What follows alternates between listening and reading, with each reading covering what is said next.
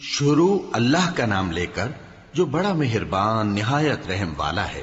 لوگو اپنے پروردگار سے ڈرو جس نے تم کو ایک شخص سے پیدا کیا، یعنی اول اس سے اس کا جوڑا بنایا، پھر ان دونوں سے کثرت سے مرد و عورت پیدا کر کے روئے زمین پر پھیلا دیے۔ اور اللہ سے ڈرو جس کے واسطے سے تم ایک دوسرے سے حقوق کا مطالبہ کرتے ہو، اور قطع رحمی سے بچو۔ کچھ شک نہیں کہ اللہ تمہیں دیکھ رہا ہے۔ اور یتیموں کا مال جو تمہاری تحویل میں ہو ان کے حوالے کر دو، اور ان کے پاکیزہ اور عمدہ مال کو اپنے ناقص اور برے مال سے نہ بدلو، اور نہ ان کا مال اپنے مال میں ملا کر کھاؤ کہ یہ بڑا سخت گناہ ہے۔ اور اگر تم کو اس بات کا خوف ہو کہ یتیم لڑکیوں کے بارے میں انصاف نہ کر سکو گے تو ان کے سوا جو عورتیں تم کو پسند ہوں، دو دو یا تین تین یا چار چار ان سے نکاح کر لو۔ اور اگر اس بات کا اندیشہ ہو کہ کئی عورتوں سے انصاف نہ کر سکو گے تو ایک ہی عورت سے نکاح کرو یا باندی سے تعلق رکھو جس کے تم مالک ہو۔ اس طرح تم بے انصافی سے بچ جاؤ گے۔ اور عورتوں کو ان کے مہر خوشی سے دے دیا کرو، ہاں اگر وہ اپنی خوشی سے اس میں سے کچھ تم کو چھوڑ دیں تو اسے مزے سے کھا لو۔ اور کم عقلوں کو ان کا مال جسے اللہ نے تم لوگوں کے لیے سبب معیشت بنایا ہے مت دو، ہاں اس میں سے ان کو کھلاتے اور پہناتے رہو اور ان سے معقول بات کہتے رہو۔ اور یتیموں کو بالغ ہونے تک کام کاج میں مصروف رکھو اور جانچتے رہو، پھر بالغ ہونے پر اگر ان میں عقل کی پختگی دیکھو تو ان کا مال ان کے حوالے کر دو، اور اس خوف سے کہ وہ بڑے ہو جائیں گے، یعنی بڑے ہو کر تم سے اپنا مال واپس لے لیں گے، اس کو فضول خرچی اور جلدی میں نہ اڑا دینا۔ اور جو شخص آسودہ حال ہو اس کو ایسے مال سے قطعی طور پر پرہیز رکھنا چاہیے، اور جو ضرورت مند ہو وہ مناسب طور پر یعنی بقدر خدمت کچھ لے لے۔ اور جب ان کا مال ان کے حوالے کرنے لگو تو گواہ کر لیا کرو، اور حقیقت میں تو اللہ ہی گواہ اور حساب لینے والا کافی ہے۔ جو مال ماں باپ اور رشتہ دار چھوڑ مریں، تھوڑا ہو یا بہت، اس میں مردوں کا بھی حصہ ہے اور عورتوں کا بھی۔ یہ حصے اللہ کے مقرر کیے ہوئے ہیں۔ اور جب میراث کی تقسیم کے وقت غیر وارث رشتہ دار اور یتیم اور نادار لوگ آ جائیں تو ان کو بھی اس میں سے کچھ دے دو اور ان سے معقول بات کہو۔ اور ایسے لوگوں کو ڈرنا چاہیے جو ایسی حالت میں ہوں کہ اپنے بعد ننھے ننھے بچے چھوڑ جائیں، اور ان کو ان کی نسبت خوف ہو کہ ہمارے مرنے کے بعد ان بیچاروں کا کیا ہوگا۔ پس چاہیے کہ یہ لوگ اللہ سے ڈریں اور درست بات کہیں۔ جو لوگ یتیموں کا مال ناجائز طور پر کھاتے ہیں وہ اپنے پیٹ میں آگ بھرتے ہیں اور ضرور دوزخ میں ڈالے جائیں گے۔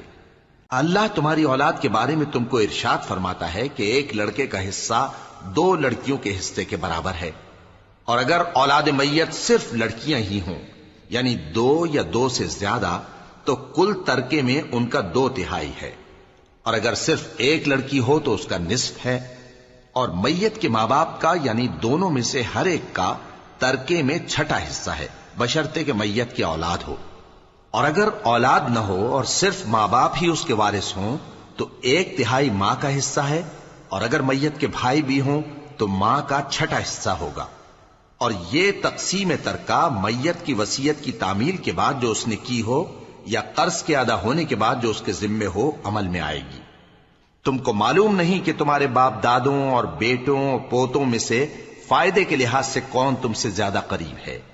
یہ حصے اللہ کے مقرر کیے ہوئے ہیں، اور اللہ سب کچھ جاننے والا ہے، حکمت والا ہے۔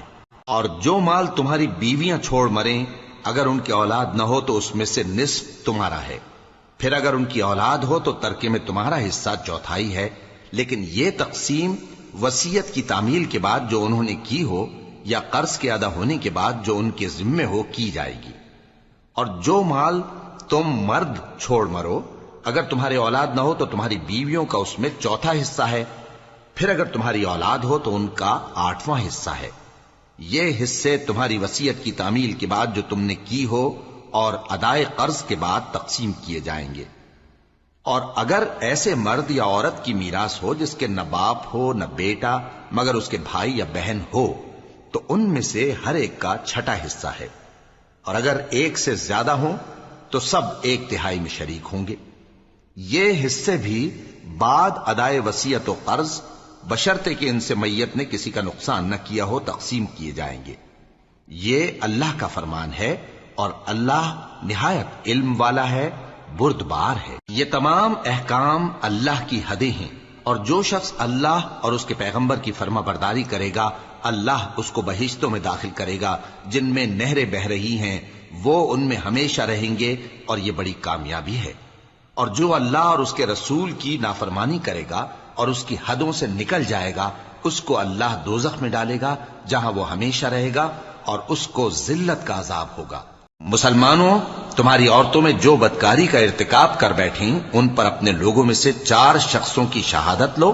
اگر وہ ان کی بدکاری کی گواہی دیں تو ان عورتوں کو گھروں میں بند رکھو یہاں تک کہ موت ان کا کام تمام کر دے، یا اللہ ان کے لیے کوئی اور سبیل پیدا کرے۔